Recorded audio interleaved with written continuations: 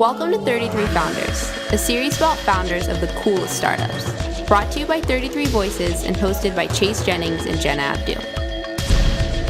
Okay, so I'm Kevin Miller, the CEO of a company called RunRev, and we make LiveCode, which is a very easy-to-use software development kit.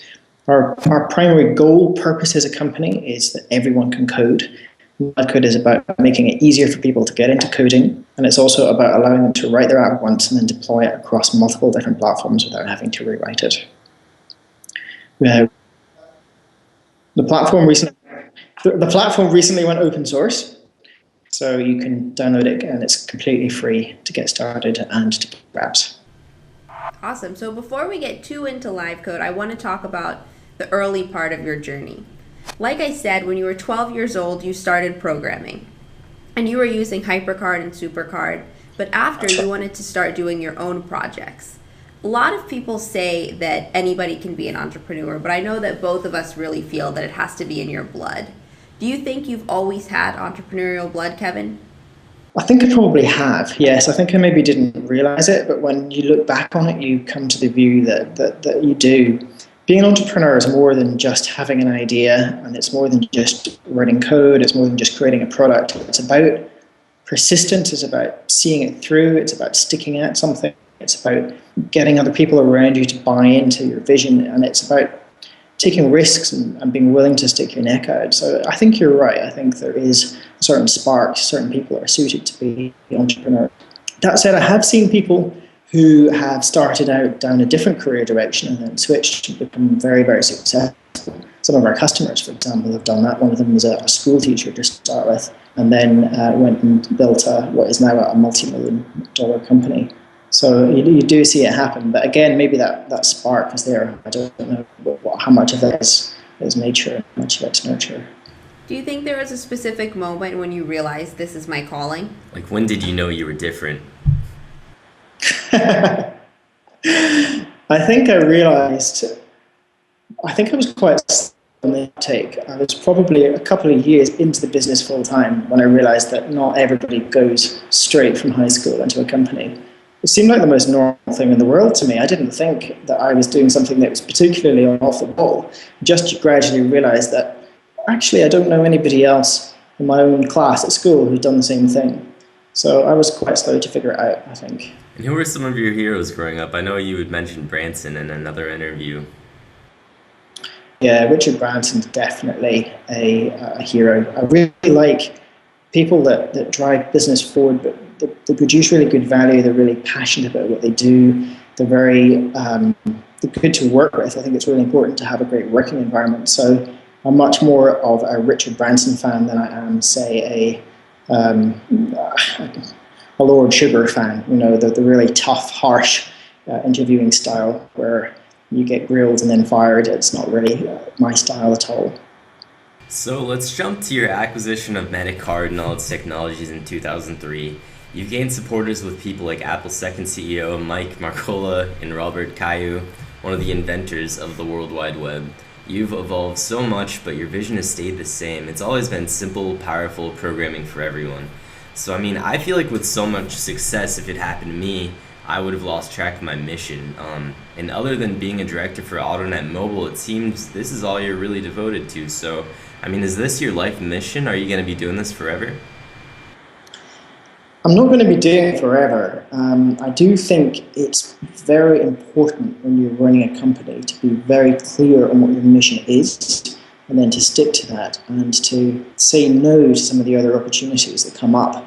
I think when we very first started out, certainly when I was a teenager, I wasn't clear on what our mission was, and we maybe drifted around different projects. And over the last few years, we've become clearer and clearer. The last few years, the last decade and a bit, really become very, very clear as to what our mission is, and it's really important to stay doing that. In terms of whether this is something that I will do lifelong, I think I'll do it until we achieve, until we prove the point, until we achieve what we set out to achieve, and until this form of programming has really had the opportunity to take off. I think that's as far as I want to take this. After everything really got kicking for you in 2003, we're 10 years later now. And like you said, it's been the past decade that you really solidified your goals and your mission. How do you think personally you've changed, Kevin? Oh, enormously. I think there's nothing that you can do better than running a company, I think, to really make you think about who you are, the world that you live in, what people want, how to provide value. I'm a completely different person than I was 10 years ago. There's no question about it.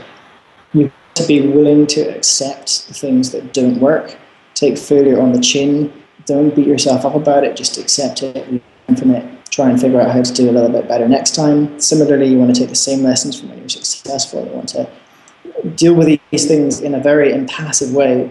Learn not to be defensive when you get negative feedback when something fails, but rather just to listen to the people around you and do your absolute best to keep growing and improving and getting better at what you do. And there's no substitute to actually doing it. You can go to business school and you can learn, but it's a completely different experience running a business with real customers, real staff, salary, people to look after, and nothing really prepares you for that, I think. So, after Apple's beloved HyperCard stopped evolving, you saw an opportunity to jump in and modernize everything. So now you and your team are creating next generation, an open source version of LiveCode, like you mentioned, and it's so simple to understand that even children can program their own apps. So what's been one of the biggest hurdles throughout all of this, and how have you overcome it? One of the biggest hurdles in terms of producing the next generation version, or? Yes, and like rallying your team behind the project, getting everything done. Well, there were a few hurdles to it. We really evolved the planning for the next generation version over the last few years. The longer that we've been doing this, the more we started to understand how we could take the platform forward. We had a very solid platform. It was very good. It worked very well for what it did, but we could see limitations. We could see certain sectors it didn't apply to, things it didn't do very, very well. So over the last few years, we put together a plan to completely redevelop it and modernize it. And it took us quite a long time to get to the point where we were really comfortable with that, where we really felt, we've really listened to all the customers that use this. We've looked at the other tools that are out there. We've learned from our own experience. We've seen the successes that come out from the platform. And now we know how to take it to the next level. And then having got to the point where we were very, very clear on what that next vision was, the question was, well, how can we, as a relatively small company, get to that next stage? How can we actually put this project in motion? Because it's the largest project we've ever taken on as a company. And that's where Kickstarter came in, and raising the money to do it came in. That was the means for us to be able to have the resources to take on this huge project. And then, of course, there's the actual delivery. And we are working incredibly hard to keep that on track, to deal with all the obstacles and issues. It's one of those projects where it's not a case of specifying the project from beginning to end and then handing it to somebody and then they go and do it. We know what we want, we know what it has to look like, but getting there is always going to be a slightly, how long is a piece of string question. And we tried to answer as many of those things as we could before we did the Kickstarter campaign, so we've got a really, really good idea. But it's impossible until you actually get into doing the project to perfectly predict how long each of the individual tasks is going to take. So it's a question of keeping a very, very tight lid on that at the moment and just pushing really, really hard to get it done and get it delivered. Now, was Kickstarter your first idea to go to really get this going? We were looking at a number of different options. I mean, another option that we would have had would have been equity funding or debt-based funding. I mean, I think all of these things were on the table.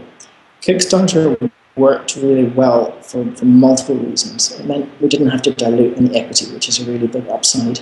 But it also helped us to build a community in and of itself, because it got people together, it raised our profile as a company, it got people talking about us. And everybody that contributed to that campaign has got a little bit of an interest in us, and we'll follow the company and see where it goes. So not only did we raise the money, but we also raised our profile at the same time. Those two things were of great benefit to us. Now, of course, on the flip side, taking on a campaign like that, there's always a risk. And the risk is that if you're successful with a campaign of that magnitude, you have a very, very public success. But if you fail with a campaign of that magnitude, you have a very, very public failure. So again, we had to do our homework in advance of that, plan it out really carefully, test it out on prospective customers, people that are interested, and do all sorts of models to try to get comfortable with the idea that could make this work. But you had a feeling that you probably knew you weren't going to fail though, because you've had that huge community of supporters. So I mean, Right. did you know that your campaign